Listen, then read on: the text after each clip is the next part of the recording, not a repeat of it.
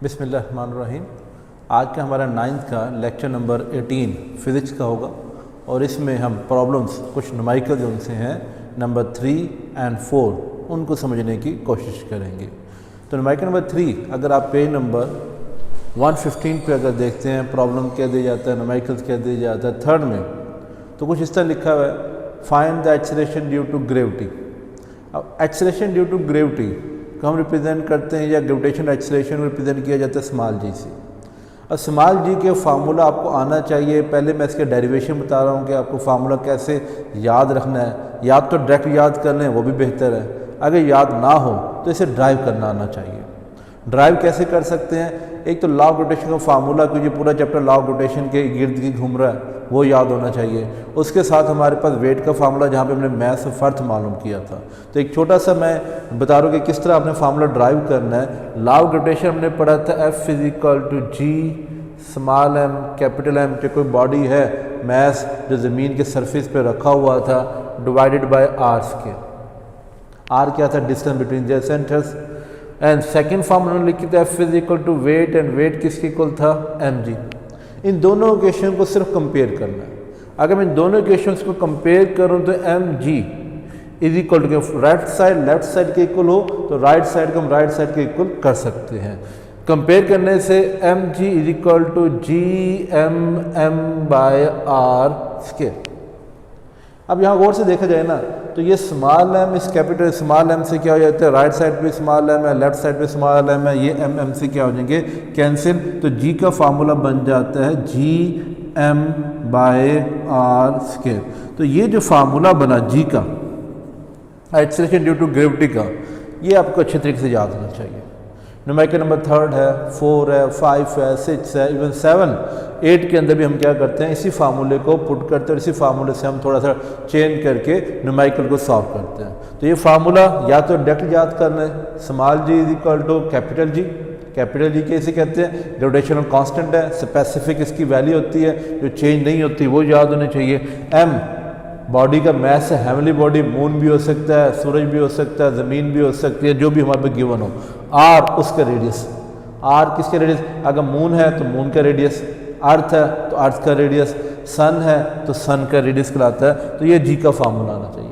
इसी फार्मूले को अगर थोड़ा सा मैं चेंज करता हूँ, चेंज क्या करता हूँ? अगर क्रॉस मल्टीप्लिकेशन की जाए, अगर क्रॉस मल्टीप्लिकेशन की जाए कोई जाए तो बन सकता है Gr² = Gm। यहाँ से अगर मैं मैथ्स का फार्मूला बनाना चाहूँ तो मैथ्स का फार्मूला भी बन सकता है। कैसे?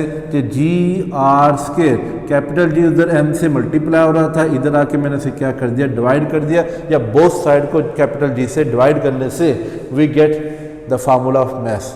और इस फार्मूले से हम क्या कर सकते हैं? मैथ्स मालूम कर सकते हैं।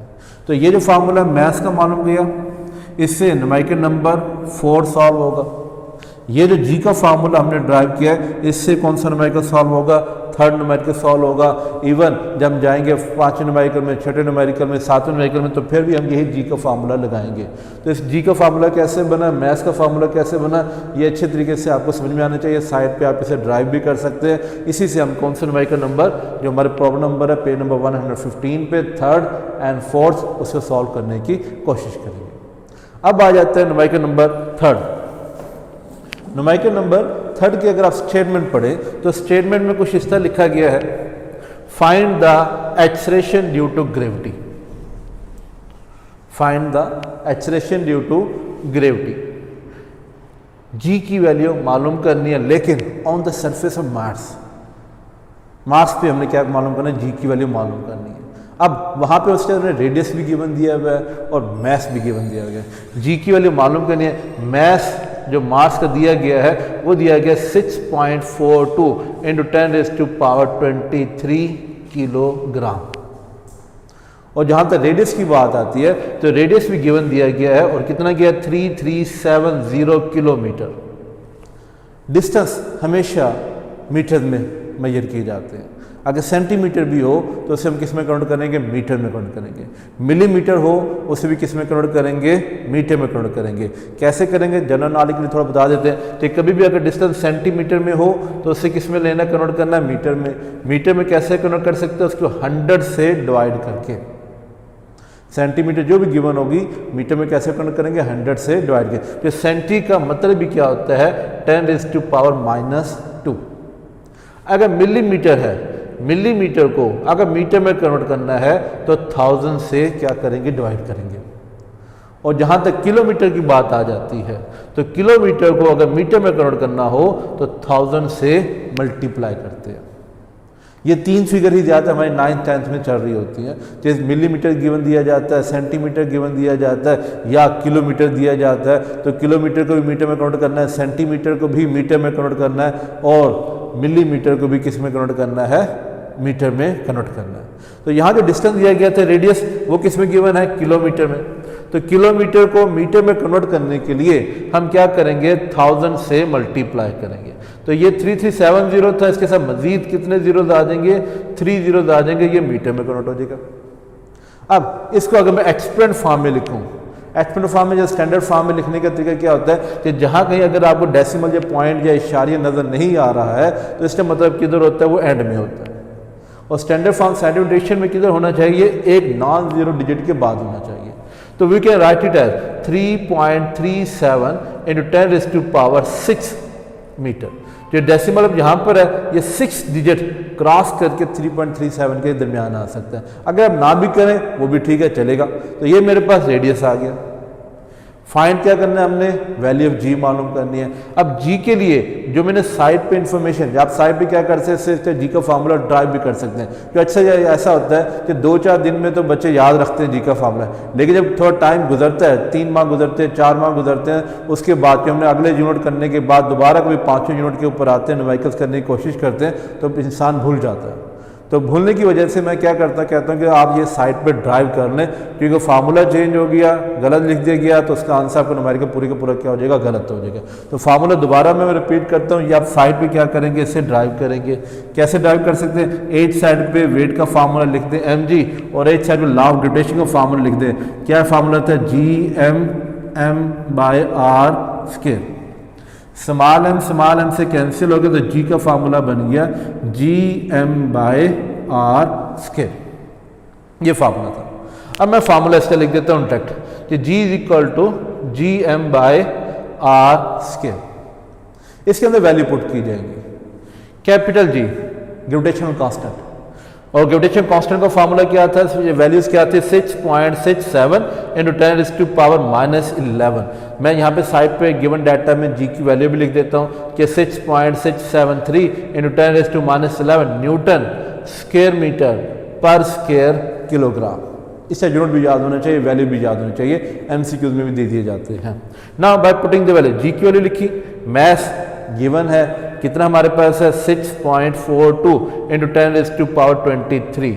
r², r की वैल्यू है 3.37 × 10⁻6 का स्क्वायर। अब इन्हें मल्टीप्लाई करना है। अब एक्सपोनेंट वैल्यूज को मल्टीप्लाई करने का तरीका मैंने आपको पिछले लेक्चर में समझाया था कि किस तरह 10 की पावर लिखनी है, कैलकुलेटर में कैसे लिखनी है, किस तरह इसको सॉल्व करना है, ये पहले हम बता चुके हैं। तो इस जगह मैं मल्टीप्लाई करूं जी की वैल्यू को किसी वैल्यू मैथ से, तो मेरे पास आएगा 4.284 × 10⁻13।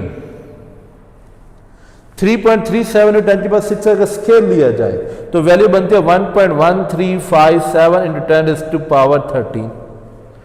अब इन दोनों वैल्यू को जब भी न्यूमिनेटर में भी एक वैल्यू रह जाए, डिनोमिनेटर में भी एक वैल्यू रह जाए, तीसरे में क्या करें, आपस में डिवाइड कर दें।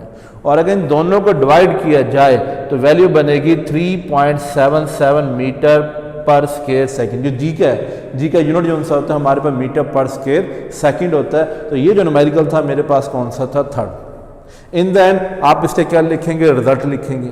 और रिजल्ट में क्या किया जाता है, लेट्स सपोज अगर मैं यहाँ पे रिजल्ट लिखना चाहूँ तो जो क्वेश्चन में पूछा गया था क्या कैलकुलेट क्या करना है, फाइंड क्या करना है, तो यहाँ लिखा गया था find the calculate the find the acceleration due to gravity. So the acceleration due to gravity on the surface of Mars according to given data, या according to given data 3.77 metre per square second. कोशिश किया करें जो answer हो वो in the end लिखा जाए। तो ये जो न्यूमेरिकल था इसका आपने रिजल्ट लिखना है। क्या गिवन डाटा था, जी की वैल्यू मालूम करनी थी, मैस गिवन था, उसका रेडियस गिवन था, सिंपल जी का फार्मूला लिखा गया, मल्टीप्लाई किया गया, स्केल किया गया, आपस में डिवाइड करने के बाद इसका आंसर आ जाता है। इसके बाद अगर मैं न्यूमेरिकल नंबर 4 की तरफ मूव करूं तो उसमें कहा गया है the acceleration due to gravity, the acceleration due to gravity on the surface of moon, moon की बात की जा रही है और जी की वैल्यू वहां पे दी गई है 1.62 metre per square second. The acceleration due to gravity on the surface of moon 1.62 meter per square second and radius of the moon is also given 1740 kilometer।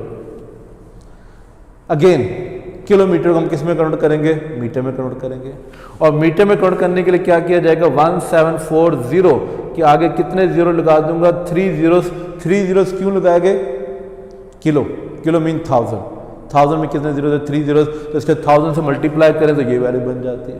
अगर इसके एक्सपोनेंट फॉर्म में लिखूं तो 1.74 × 10⁶ मीटर, पहले समझाया गया, इससे स्टैंडर्ड फॉर्म में लिख दें, अगर ना भी लिखें फिर भी चलेगा, सॉल्व कर सकते हैं इसको भी। अब मजीद कहा गया इसका मैथ मालूम करना है। क्या चीज़ मालूम करनी है, मून, ये जो चांद है इस पूरे के क्या मालूम करना है, मैथ मालूम करना है कि कितना ये भारी है, कितना इसमें मैथ की वैल्यू, इसमें कमियत कितनी है, ये सारी इसकी वैल्यू याद करनी होगी। अब यहाँ मैथ मालूम करना है, फिर मैथ का फार्मूला, अब अगर डायरेक्ट कहूँगा तो डायरेक्ट लिखा जा सकता है लेकिन इसको ड्राइव करने ज़्यादा बेहतर होता है। जिस तरह भी ये जी का फार्मूला हमने लिखा था, क्या था, Gm/r², r² डिवाइड हो रहा था तो जाके क्या हो जाए मल्टीप्लाई Gr² = Gm और m का फार्मूला क्या बन जाएगा, Gr² / कैपिटल G, ये मैथ्स का फार्मूला है। तो सॉल्यूशन में हम क्या लिखेंगे, मैथ्स का फार्मूला, और फार्मूला क्या बना मेरे पास, Gr² / capital G। Now just put the values and solve it. Small g, याद है मून पे बात हो रही है, हर जगह छोटी जी की वैल्यू डिफरेंट होती है, मून पे अलहदा होती है, ज़मीन पे अलहदा होती है, इवन ज़मीन पर भी अगर मैं माउंटेन पे चला जाऊंगा तो वहाँ पे जी की value, acceleration due to gravity की वैल्यू डिफरेंट होगी। तो मैथ्स मालूम करना था, जी की वैल्यू मून पे दी गई है 1.62, radius of the moon is also given 1.74 × 10⁶ का स्क्वायर और नीचे कैपिटल जी 6.673 × 10⁻11। नाउ फर्स्ट इसका स्केल लेंगे, स्केल लेने के बाद 1.62 से क्या करेंगे मल्टीप्लाई, तो वो आ जाता है 4.9047 × 10⁻12।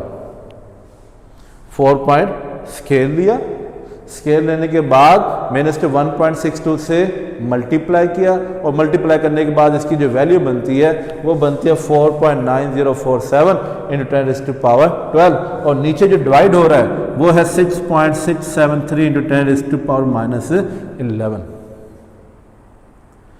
दोबारा रिपीट करेंगे, ये एक्सपोनेंट की वैल्यू लिखनी आनी चाहिए, अगर नहीं आती है, जैसे पहले मैंने एक दफ़ा लेक्चर में समझाया गया था, हो सकता है कुछ बच्चों को समझ में ना आए तो आप पर्सनल टीचर से भी आप रब्ता करके या मुझसे रब्ता करके आप पूछ सकते हैं कि सर इस वैल्यूज़ को कैसे लिखा जाता है कैलकुलेटर पर।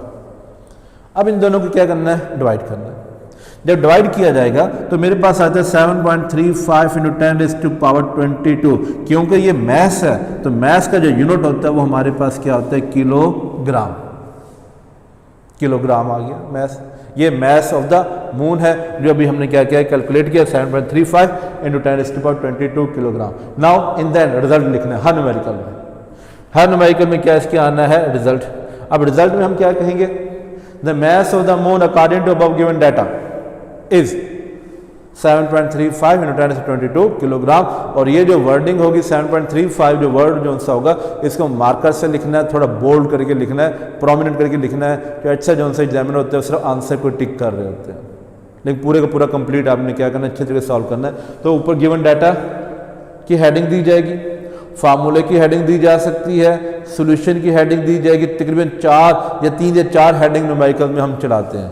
कौन कौन से? पहले तो गिवन डाटा की हेडिंग दे सकते हैं, यहाँ पे फार्मूले की हेडिंग दे सकते हैं, जो आप फार्मूला ड्राइव फार्मूला इसमें जो पुट करेंगे, सॉल्यूशन की हेडिंग देंगे, इन देन लास्ट में क्या दी जाएगी? रिजल्ट की हेडिंग दी जाएगी।